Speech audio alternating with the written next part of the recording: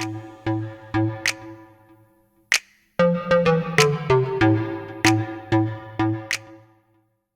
up guys, and welcome back to the channel. Today's video, we're finally gonna get Layla back on the road. So pretty much the biggest thing that I've been waiting on is wheels, which has just been a nightmare. But on a positive note, I finally got a set of wheels. I actually already dropped them off at the tire shop to get new tires put on. So in the meantime, we're actually gonna button up everything on the car.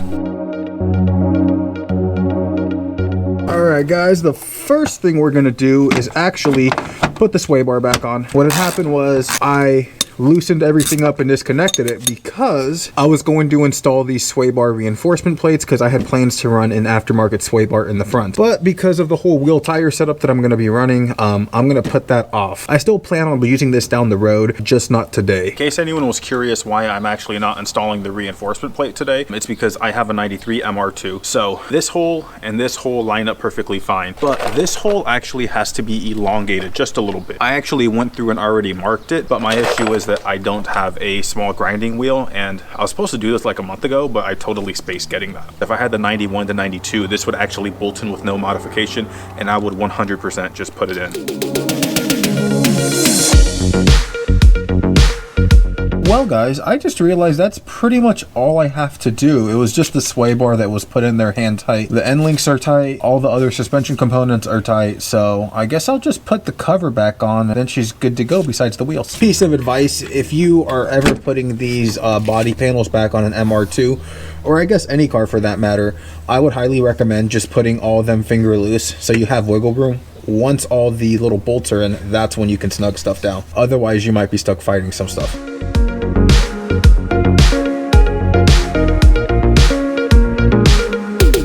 Well guys, came back from picking up the wheels. Jesus is here also. So let me just show you the wheels. I got literally the same wheels that I have on the V6 MR2. The only difference is the color. And to be honest, these are like my 10th choice. I mean, literally speaking, they're actually my 6th. What ended up happening there is I placed orders at 5 different companies for different wheels and they all got canceled. So really sucks. So I ended up just getting what I can get, and I didn't get a super aggressive setup like I wanted because I just wasn't able to. And then when I considered the time crunch I was on, since ORP's like 2 weeks away, I think seat time's a little bit more important than having the stickiest setup right now. So you guys have seen me switch wheels a million times, so we're not going to do that again. But here is one last little side look, or look from the side, so you can see how she looks. And guys, we got the wheels on now. I got to tell you, they actually look pretty good. Originally, I was going to go with bronze wheels, but as I mentioned, a lot of orders got canceled. But this ended up working out. Probably my only complaint, and it's not the wheels' fault, is just the simple fact that the brakes look super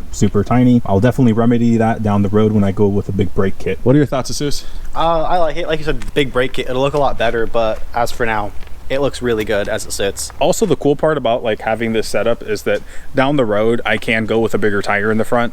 So like a 225, although that size is kind of hard to find, so I'll probably go with like a 235/40. Let's talk about the Skyline. So in the past few weeks, we had said that there's a good chance I'm gonna just get rid of it, sell it, but that's not happening now for a few different reasons. Because I pushed him into keeping it. Yeah, that's true. I did want to keep the car, but also it was a hard thing to want to keep it, also just because the part we're looking for was gonna be really hard to come by. Oh, can we show him the engine as you talk about this? Yes, until I actually received a text from the importer earlier today. He's like, hey, really sorry about what happened to the car. That sucks. Let me know if there's anything I can do or any parts I could try to source for you. And he said, hey, one more thing about the car. Just to let you know, that's not an NA engine. It's an RB25 DET engine. It makes it a lot easier to actually come by the head if we do need to replace it. So with all that combined, it's like, yeah, I'm just gonna keep the car. It's probably gonna sit for a few months while I save up money to buy everything to do it, but that's what's gonna happen with this. So I'm gonna keep it, fix it, and then eventually deal with the rear quarter panel. But yeah, I don't know, like, I do want to say, like, huge shout out to the importer, because like I said, once he found out, he shot me that text and he's like, hey, let me know, and that's super awesome. Something I really do appreciate. The fact that he's trying to help, which is true, because some other shops, which I won't name, would literally just tell you to suck it and they wouldn't care. So that's super awesome. Depending on how fast we could get the Skyline up and running, I might actually end up picking up something else as like a winter beater, so to speak, because I learned this winter you shouldn't let your Miata sit out in the rain and it's molding. To say the least, yeah. It's like, oh, lesson learned. I guess that's why people have a garage when they buy one of these, so that they can store it in. I don't mean to rub it in your face, Jesus, but I did suggest that we put up a mobile garage for your car, didn't I? Yeah, Didn't I suggested that a few months back, and he's like, no, it's fine, so this is in your face. But anyways, I think that's pretty much it, guys. Got the new wheels on, Skyline's gonna get fixed, and we have a car addiction. Thanks for watching, guys, and we'll see you in the next video.